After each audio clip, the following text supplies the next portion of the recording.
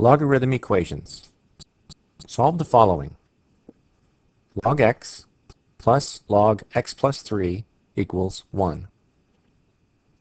In order to solve this logarithmic equation, we must use a logarithm law.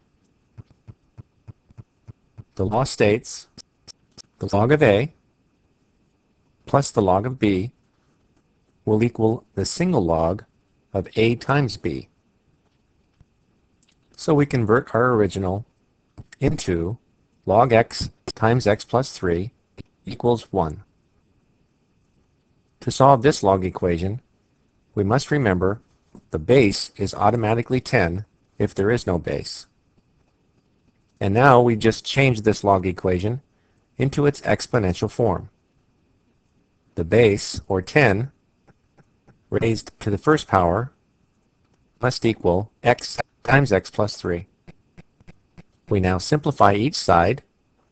10 to the first is 10, and x times x plus 3 is x squared plus 3x.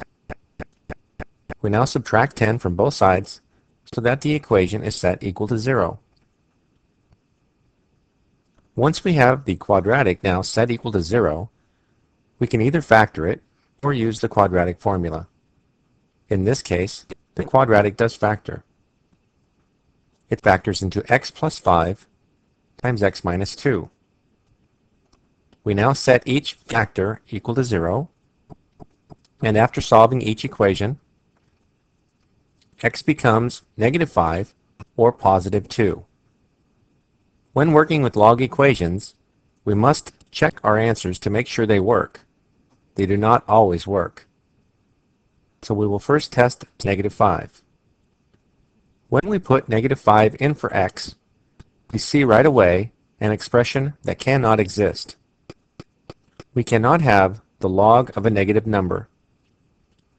Therefore, the negative 5 is called an extraneous solution, but is not a solution to the equation. We next check the number 2.